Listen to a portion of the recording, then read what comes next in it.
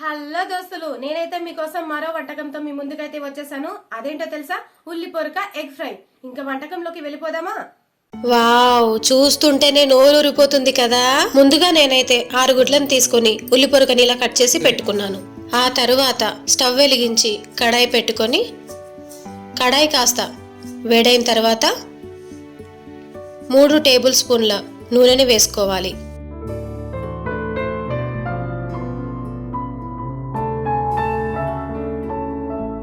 నూనె కాస్త వేడయ్యాక జీలకర్రను వేసుకొని అది కాస్త వేగిన తర్వాత 4 పచ్చిమిరపకాయ ముక్కల్ని వేసుకొని అందులోనే 2 కరివేపాకు రెబ్బల్ని వేసుకొని కలుపుకోవాలి.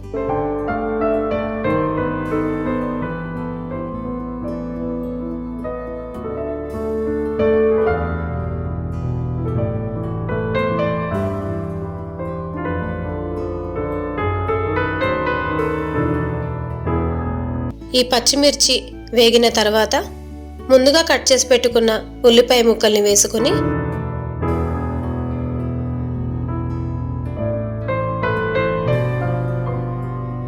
చిన్నగా కలుపుతూ ఉండాలి.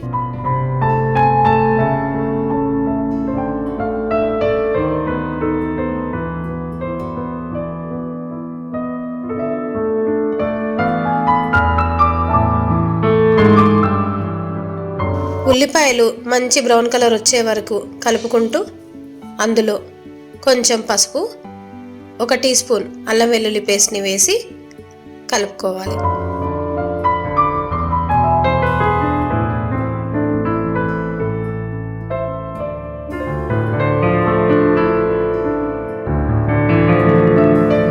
ఇలా ఈ మిశ్రమాన్ని అంతా కలుపుకొని మూత పెట్టి లో ఫ్లేమ్లో 3 to 5 మినిట్స్ వరకు ఉడికించుకోవాలి.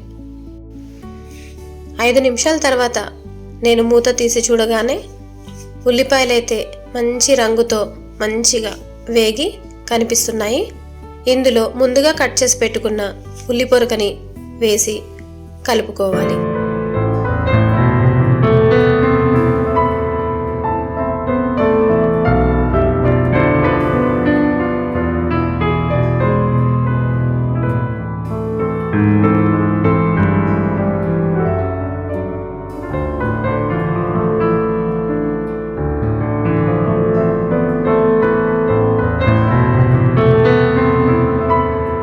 ఈ ఉల్లి పొరకను వేసి మంచిగా కలుపుకొని 2 చెంచాల కారం, తగినంత ఉప్పు వేసి కలుపుకోవాలి.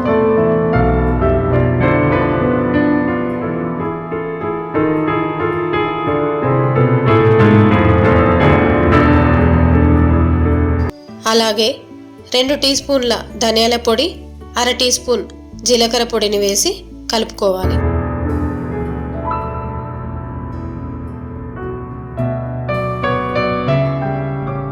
ధనియాల పొడి, జీలకర్ర పొడి వేసిన 5 నిమిషాల తర్వాత గుడ్లని పగలగొట్టి వేసుకున్నాను.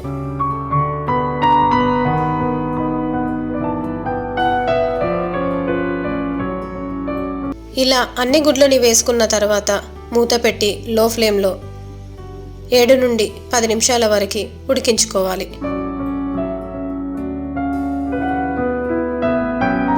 10 నిమిషాల తర్వాత మూత తీసి కూరనంతా కలుపుకోవాలి.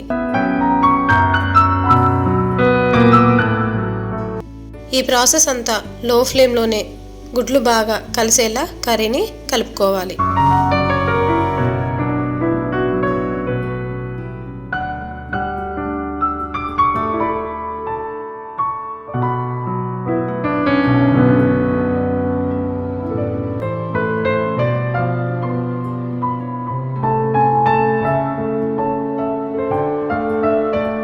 ఆ తరువాత కొద్దిగా గరం మసాలా వేసుకొని కాస్త కొత్తిమీర వేసుకొని లైట్గా కలుపుకొని మూత పెట్టి లో ఫ్లేమ్లో 5 మినిట్స్ ఉడికించుకోవాలి.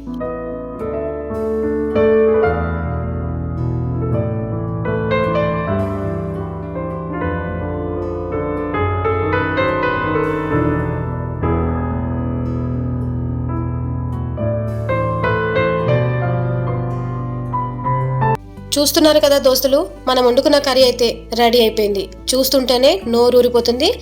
నాకైతే చాలా ఆకలిగా ఉంది. ఎప్పుడెప్పుడు తిందామా అని ఎదురు చూస్తూ ఉన్నాను. ఇంకా ఆలస్యం ఎందుకు, మీరు ఒకసారి ట్రై చేసి తిని ఎలా ఉందో నాకు కమెంట్ చేస్తారని ఎదురు చూస్తూ ఉంటాను. Thank you. మరో వీడియోతో మళ్ళీ ముందుకు వస్తాను. బాయ్ దోస్తులు.